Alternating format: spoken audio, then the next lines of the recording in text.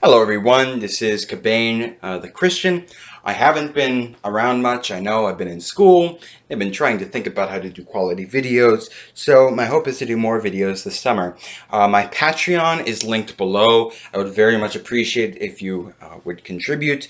Unfortunately, my rent is going up this year, but my pay is not. But of course, if you don't contribute, I still very much appreciate you watching the video. And also, the contribution is on a per video basis. So if I make no videos, you don't give anything. Anyway, today I want to make hopefully a relatively short video compared to some of the other stuff I've put out on the Pentateuch and what exactly the Pentateuch is in terms of its literary structure. When most people think about the case for Jesus being Israel's Messiah, and I've said this before, but it's very important to keep in mind, most people talk about a smattering of texts throughout the Old Testament, which they call Messianic Prophecies, and there are different numbers that people throw out there, 150, 300, and so on and so forth. Usually when people list these, they're just cribbing quotations of the Old Testament from in the New Testament without any consideration of how exactly the New Testament author is using the Old Testament with respect to its context. But if you want to really make a case for Jesus being Israel's Messiah, what you have to do is you have to do it cumulatively. That is, you start with the Pentateuch, which is the foundation of everything else in the Bible, and then you work forward in the canon from there. And as John Sailhamer has made the case for, as Stephen Dempster has made the case for, the Tanakh, the Hebrew Bible, is structured in three parts: Moses, the prophets, and the writings. This triple order, there is evidence for it going very far back, and I suggest that it was completed by Ezra. Now, if you pay attention to the literary themes of each of these three, for like the end of the Pentateuch, the beginning of the prophets, the end of the prophets, the beginning of the writings, and so on and so forth, you notice that there are literary connections between them. And these literary connections serve to direct the reader to a particular focal point. That is the new Exodus, which is spoken of in Genesis 49 and Deuteronomy 32 to 33, and the coming of the king from the line of Judah, who is the fulfillment of Genesis 3, or the seed from the woman. But today I just want to talk a little bit about the Pentateuch and its own literary structure, and I'll be drawing a fair bit on the work of John Sailhamer. The foundation of the Pentateuch is the primeval history, Genesis 1 to 11. The primeval history is a rapidly condensed story of the whole creation, from the creation of the world to the building of the city of Babylon with a tower at its center, which is a temple, and then it focuses down onto one particular family, that is the family of Abraham. And there's a reason that it focuses down on the family of Abraham. The family of Abraham is a microcosm of the whole of humanity. It is a particular slice of the human race which God will develop and mature throughout the Old Covenant until it is fully mature with the coming of Jesus Christ, where God gathers the remnant of Israel who have been taught by God throughout this whole history, and then he grafts the Gentiles onto that remnant of Israel, which is Paul's point in Romans 11. It is the root which God has worked so long and so hard at sanctifying, which then sanctifies the branches which are grafted in. And as you look through the Old Testament, you find Israel develops in her understanding of God, not in a way that contradicts her earlier understanding, but she comes to a deeper knowledge of God, and she wouldn't be capable of receiving books like Proverbs or Psalms or Ecclesiastes unless the faithful within Israel had really digested what was given in Genesis to Joshua. And that is why it focuses down on the family of Abraham, because this is still the story of the whole human race, but Israel is a microcosm of the whole human race, which then expands outwards to incorporate the whole thing in what we call the church, the renewed Israel under the renewed covenant. But the primeval history is structured in terms of small blocks of narrative, which then come to a conclusion with a small poem. For example, Genesis 1-2 concludes with Adam's poem about Eve. This at last is bone of my bones and flesh of my flesh. She shall be called woman, because she was taken out of man. Genesis 3 concludes with the curses that are pronounced on the creation, on Adam, and on the serpent. Genesis chapter 4, that concludes with Eve's poem, God has appointed for me another seed instead of Abel, for Cain killed him. And I want you to notice here this theme of the seed. In Genesis 3, we are told about the seed from the woman who will crush the head of the serpent. And the word for serpent here is nakash. And as Michael Heiser points out, nakash, when it's rendered as an adjective, means bright one. And as a noun, it means serpent.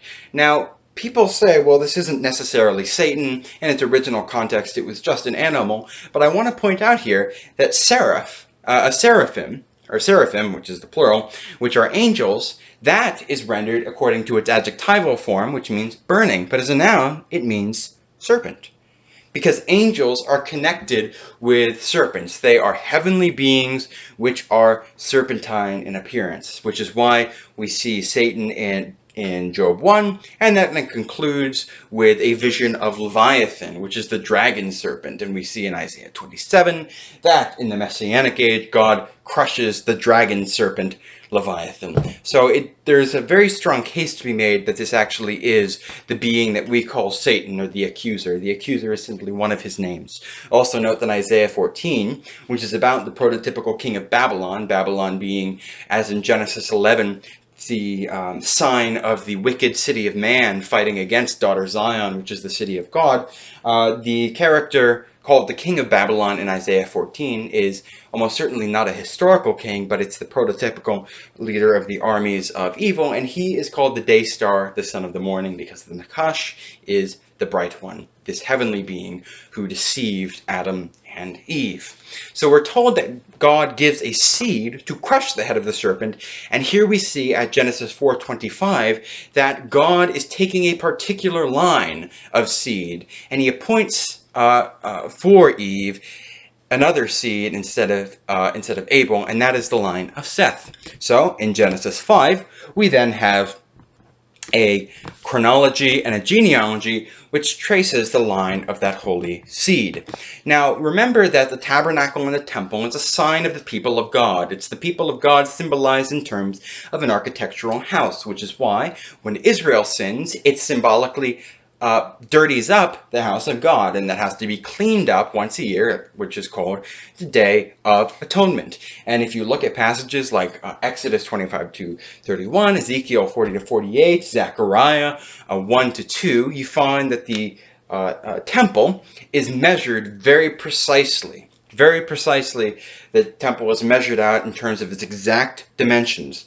Well, likewise, the holy seed, which is a consecrated seed, which is God's architectural house, is measured out very precisely, chronologically speaking. So you will find in the scriptures that whenever the sacred chronology is given, it is always given in terms of the genealogy of the holy people, or it is given in terms of the temple. So we have a genealogy and a chronology which records the history of the holy seed coming from the line of Seth, and it climaxes in the birth of Noah, and Lamech gives a poem about Noah.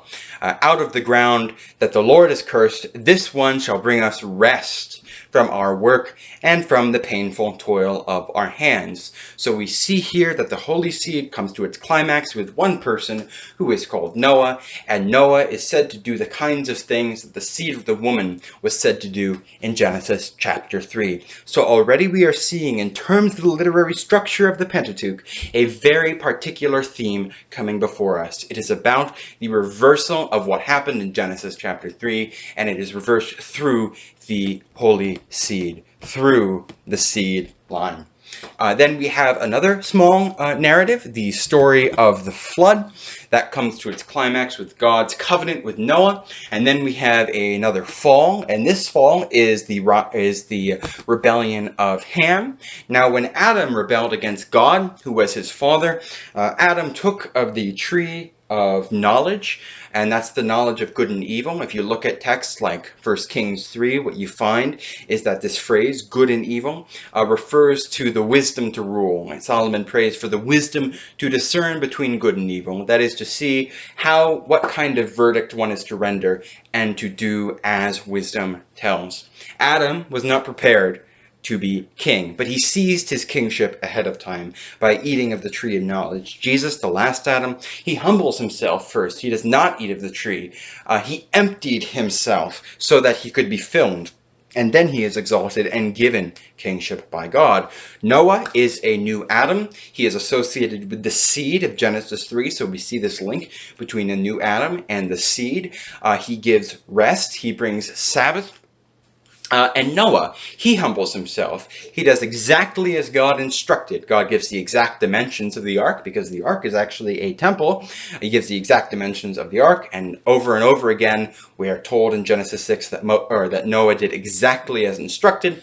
And then after that, God gives him the authority to execute the death penalty. He makes him king.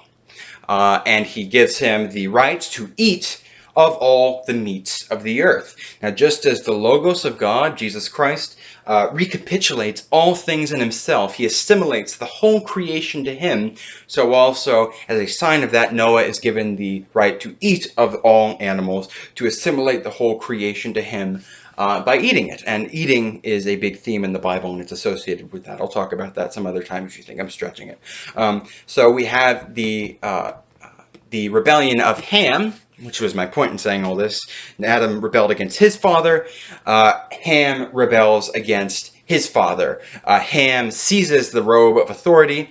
Shem and Japheth acknowledge their father's right to rule by laying the robe of authority upon him, and there is always an association between clothing and authority. Note, at the climax of Genesis, what do we see?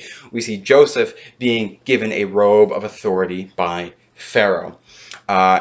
Noah drinks wine because wine is the sign of sabbatical rest, and he rests in his tent just as God rested in Genesis 1. God plants a garden in Genesis 2. Noah plants a vineyard in Genesis 9. He's been exalted into the likeness of God. He does the things that God does. He's the new Adam as the seed of the woman, but Ham rebels against his father Noah just as Adam rebelled against his father God. So the poem which completes this small narrative is the curse on Canaan. And just as God pronounced curses in Genesis 3, so also Noah pronounced curses and blessings in Genesis chapter 9. And we see here that Shem is selected as the seed line. He says, "Blessed be the Lord, the God of Shem, and let Canaan be his slave." The Lord, this is the Tetragrammaton, this is Yahweh. Yahweh is the covenantal name for God. It's the name that Israel uses, whereas the Gentiles call him El Elyon, God Most High, the God of Heaven. All around the world, we find that the Gentile name for God is the God of Heaven. In the Chinese, worship Shangti, the Emperor of Heaven. Many other examples could be provided as well. But Shem, by calling God by the name the Lord, is signified as the seed line. And that's the poem which completes this text. And so that is what completes the primeval history. And so we see in Genesis 1 to 11, we are already given a specific theme which is going to carry forward through the rest of the Pentateuch, and which is going to carry forward indeed into the rest of the scriptures up to the New Testament, where the seed is revealed as Jesus the Messiah.